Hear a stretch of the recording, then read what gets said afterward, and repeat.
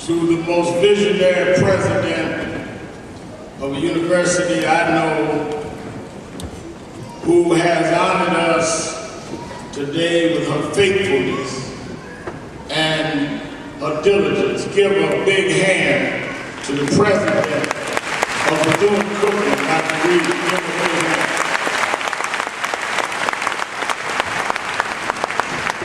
To the graduates and their families, to the Board of Trustees, let me first thank you from the depths of my heart for the honorary degree bestowed upon me by this historic college. Let me say, for me as a civil rights activist, to be honored by the institution founded by Dr. Mary McLeod Bethune is awe-inspiring. On a personal note, something that many of you can relate to, we all have our own challenges in life.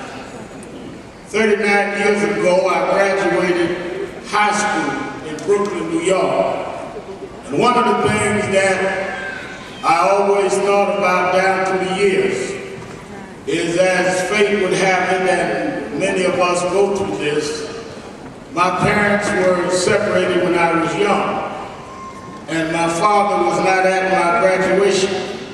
I remember that day when students were called up to get awards.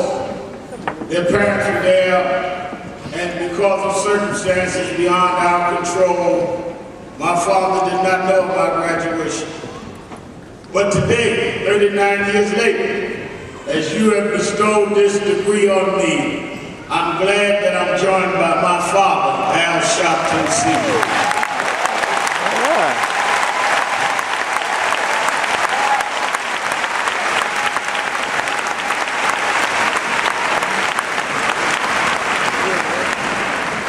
I use that example to tell young people that you are not responsible for all that happens in your life, but you are responsible for what you do what happens in your life. All right. And all wounds are to be healed, and you must reconcile no matter what the pain. Many today, as you walk down this aisle, call your names and celebrate. Some family members and some friends, because they are genuinely proud of you. Some of your parents fighting back tears, because in many cases, you're the first generation to go and graduate from a college or university. Some because they sacrificed and gave you a life they didn't have. Some because they didn't have money but just prayed for you and did what they could to bring you through. But then I know the other side, because I'm black too. In fact, I've been black, Dr. Reed, 3 times. I was born a black baby, grew to being a black boy, now I'm a black man, so I know black folks.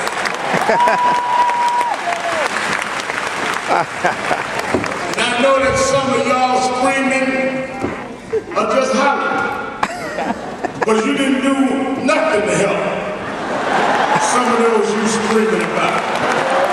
Some of y'all watch out, Al. one night of homework. Watch out, Al. Some of y'all hung out all night when you could have encouraged them. All right. Some of y'all in the back room smoking a joint when they were in the front trying to learn. Preach it, Al. Yes, sir. Al, I bring that up because all of us need to be honest. Yes, sir. About how we're going to leave this hall today. All right, preacher. We don't all have everything on our side. But what Dr. Mary McLeod Bethune and what Dr. Reed and what the Board of Trustees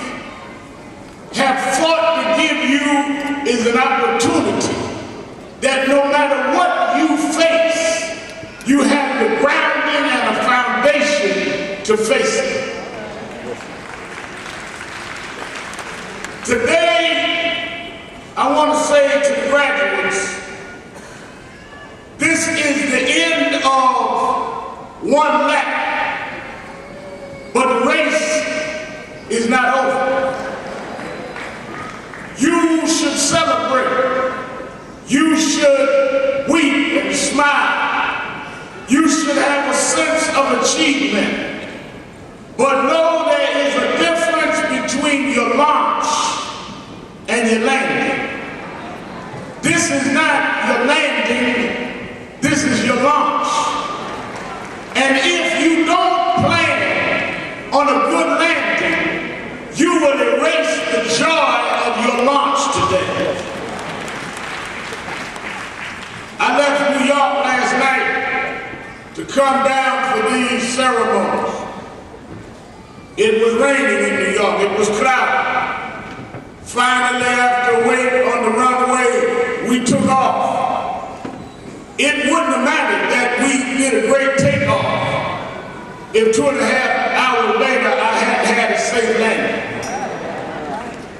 I don't want you to have a great launch and then go and misuse it and abuse it and not live up to the belief that those teachers, instructors, and those that have fought to keep this school funded so you'd have a launch expect of you. I told the young men when we did the kickoff of the men's initiative that it doesn't matter in life who's on your side if you're not on your own side. But the reverse is also true. It doesn't matter who is not on your side if you're on your own side. If the whole world is for you and you don't leave here for yourself, they can't make you live to your full potential. But if the whole world is against you, if nobody here is applauding you, if you're at the end of the line of graduates that walk in, it doesn't matter. If you're on your side, God will take little and make much happen. Amen. Amen. As he read my bio,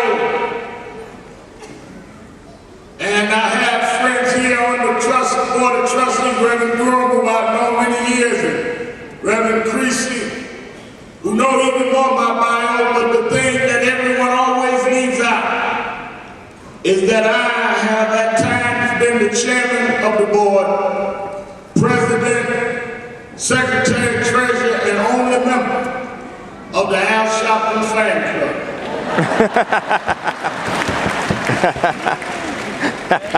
We meet every morning.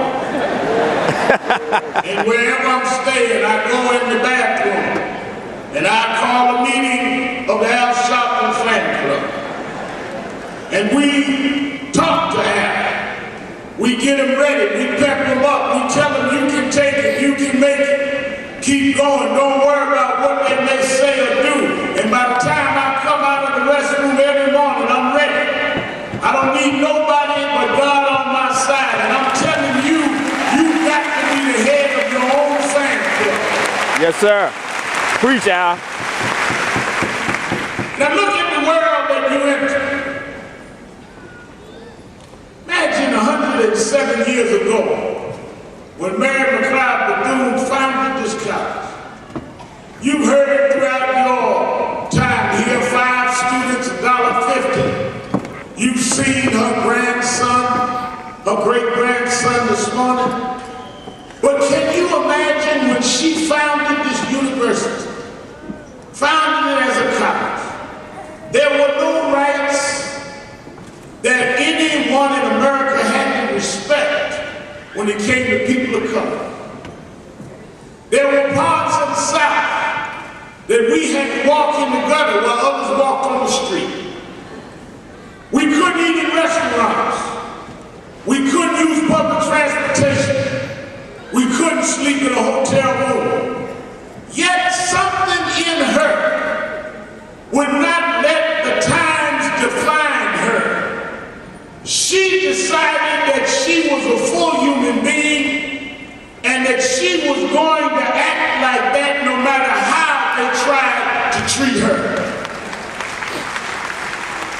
And she formed the couch against the odds because she decided to define herself and therefore define others. Well, here you and I, 107 years later, we can sleep in any hotel, eat in any restaurant, vote, have a black president, a black attorney general, 40 black members of Congress. We've got more working for us than any generation that preceded us. But most of us are doing less with it. Amen. Amen. Amen. I heard the implication as the verse of Lift Every Voice was invoked by the minister. Can you imagine when we were in the back of buses, when we were denied the use of using a public toilet, we were singing Lift Every Voice. We were talking about our forefathers and the tears of the slaughter. Now, with all of this power, with all of this influence, with more wealth than any generation of blacks we ever had, what are we singing now? We calling ourselves the N-word. What are we singing now? We're calling our women hoes and bees. What are we singing now? Drop it like it's hot. What are we singing now? Back that thing up rather than get yourself forward. All right. Amen. Amen. If you sing the wrong song, you will have the wrong spirit. All right. And if you have the wrong spirit, you won't go nothing nowhere because your mind controls your behind rather than your behind should be controlling your mind. All right. All right, Al. Amen, brother. Amen. I told the young men a few years ago, National Action Network, the NAACP, some of us said, we got to stop degrading each other. We got to stop using the N-word. And I know we all use it, and I know we all use it one another, but we said we got to stop that. Because just degrading ourselves, denigrating ourselves, puts a ceiling on our ambition. Some of my friends in the hip-hop world got mad with me. Remember Al? They're going to have to call me Dr. Al now, by the way, but we use whatever word we want. We had a debate one night, I'm sure some of y'all saw it, on one of the cable stations. One of the well-known rappers and me had it for about 2 hours. And he had Reverend Durham, what I call a nigger fit on me. Just all night long, nigga, nigga, nigga. I kept saying we got to stop using that word, it's wrong. I'm gonna rap it, I'm gonna use it in my lyrics, I don't care what you say, nigga, nigga, nigga. I kept appealing to him, he kept answering me with the word. About 5 weeks after the show, I got up one morning on the road, picked up a newspaper. This young man had been arrested, charged with something in some altercation. I read the story about 3 days after that. They called me from the headquarters in New York, said this young man was on the phone, wanted to talk to me. I said, well, connect him to my cell phone. They connected him, I said, how you doing? Man, I ain't doing too good. I said, yeah, I heard you had a little problem. Yeah, man, they busted me. I said, yeah, what happened, man? They got me. I said, yeah, I read about it. He said, yeah, and I need your help. I said, you need my help? I need your help. I said, well, what do you need me to do? He said, well, your civil rights leader, they violated my civil rights. I told him, niggas ain't got no civil rights.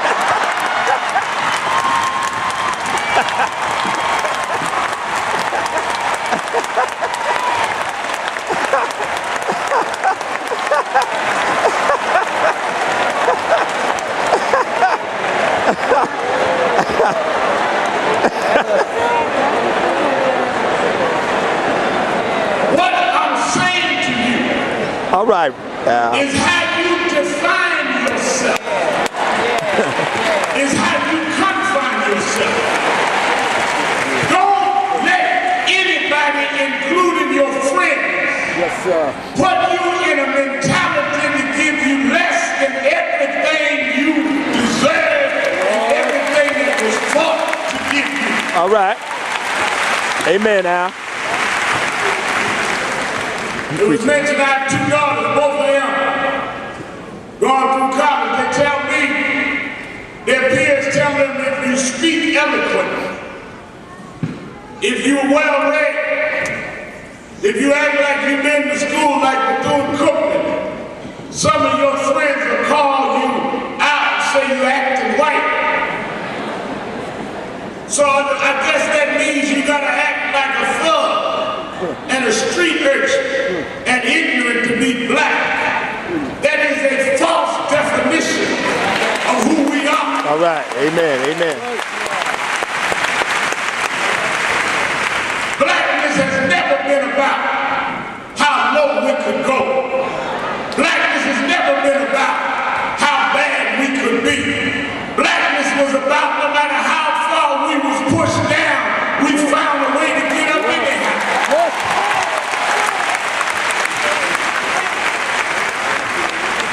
Well, right now it's hard. I come out of a broken home. Didn't have nobody on my side. Didn't have no money. I'm just down. But if you're down, don't glorify being down. Don't settle on being down. Don't rest on being down. If you're down, find a way. If I stepped off this platform and walked over to your chair and knocked you off your seat, that's on me. But if we come back next Thursday morning and you still laying on the ground, that's on you. What I mean by that, even if you're not responsible for being down, you're responsible for getting up. All right, people. Amen. And if you wait on those that knock you down and lift you up, you'll never get up, because if they want you up, they wouldn't have knocked you down. If you're down, don't rap about being down. Don't glorify being down. Don't rhyme about being down. Don't rap about being down. Get up. And if you don't have the strength to get up, roll over and look up till you can figure out how to get up. All right, Al.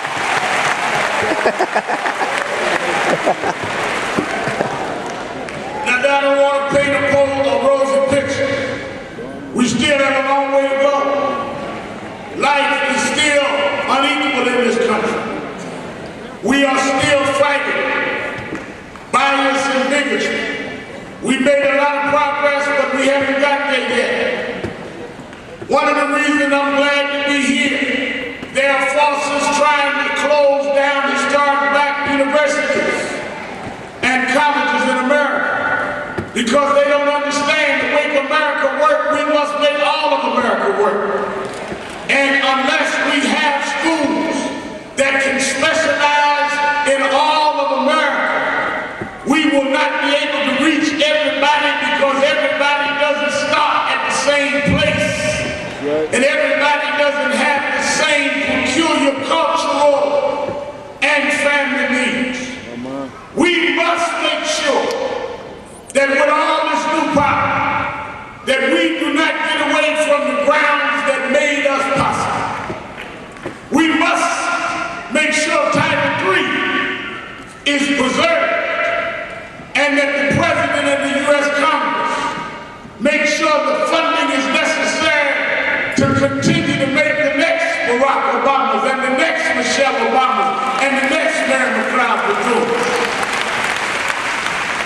We must make sure that governors who come in slashing budgets understand you can't slash the hopes and dreams of an America that is equal to all. Education is the civil right of the 20th century and it's the civil right of the 21st century, and we cannot talk about securing this country and not secure the minds of our young people by giving all of them quality education.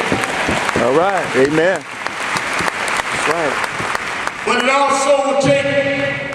a commitment from you to understand that even with all that you do, if you do right, there will still be some against you. But you must be stronger than your adversaries. You can do all that is right, and some will still question you. You can come out of a single-parent home, go to the best schools, become the first black president of the Harvard Law Journal, get elected to the U.S. Senate, and become elected to the President of the United States, and they'll still ask you for your birth certificate.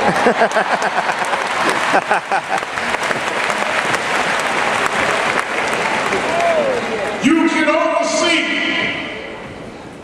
a precise, successful military operation that captures and kills a man that killed Americans and Muslims all over the world. And you can do it with no cost of American lives, and do it with precision, without one leak, without one forewarning. And they'll still ask you, well, give me the picture when you get finished.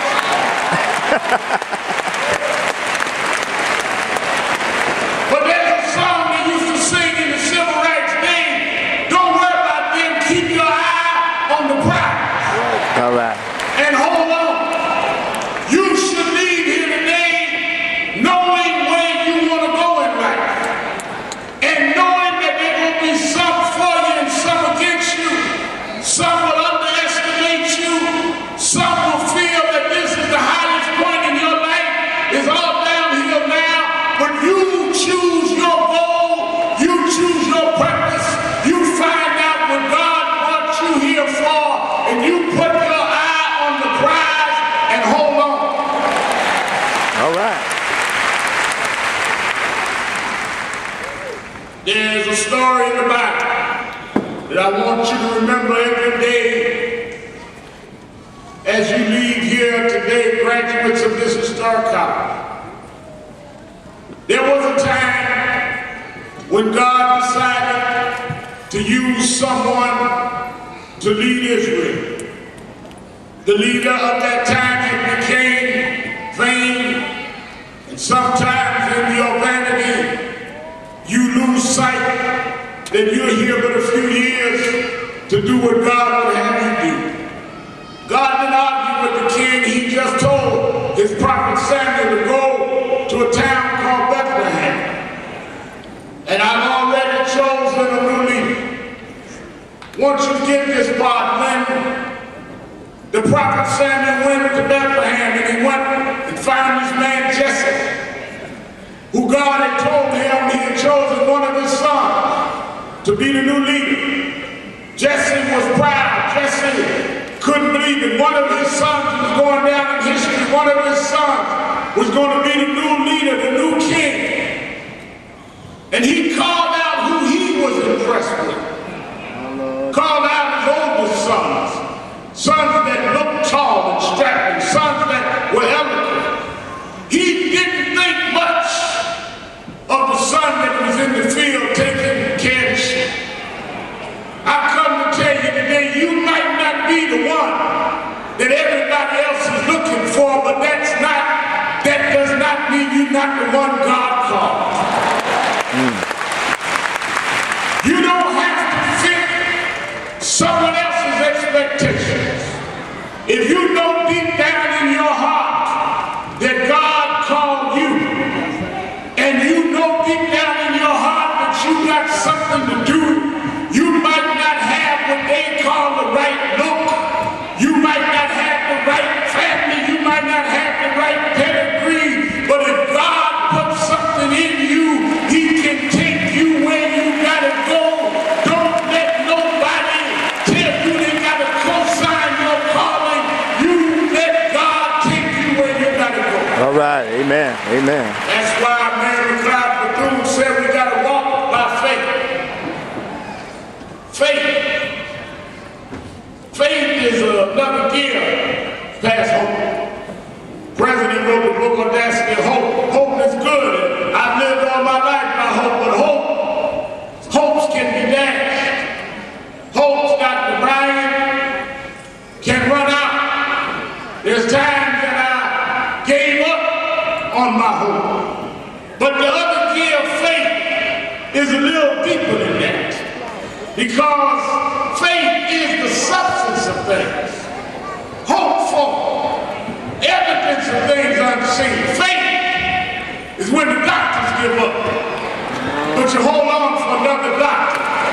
Faith is when your family turns their back on you, but you say, I don't believe he brought me this far to leave me now. We come this far by faith, leaning on the Lord. And if you leave here today, not ending your walk on faith, but re-energizing your walk on faith, and even when you can't see where you're going, having the faith that God didn't bring you to this victory, to not have no victory, knowing that God brought you here for a reason, not just for a season.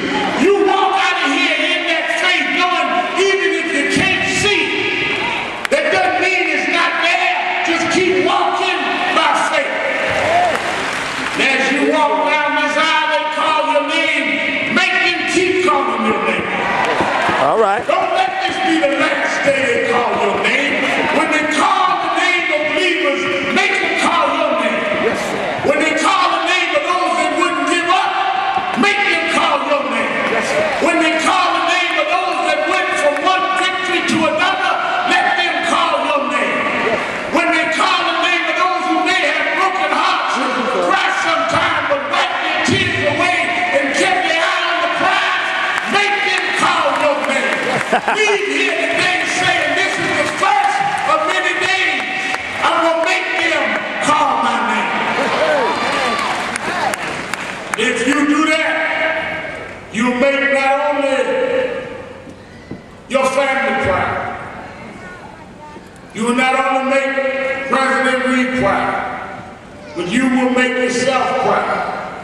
You will find that if you, even in lonely moments, trust and have faith in that God, just like God helped Mary McLeod Bethune, you're a product of her, God will help you. It's been a long journey for me, but God never failed. I remember when I was a little boy, my father and mother brought me to the Washington Temple Church. They sung a song that night. I'll leave you with this. They sung the night I joined, 3 years old, but I still remember. It said, be not dismayed. Whatever the time, God will take care of you. It was just a song that night. It sounded good, but I was 3 years old. But I'm 56 now. And I can tell you now that they wasn't just mouthing words. God will take care of you. I've been through ups and downs. But I can tell you today, God will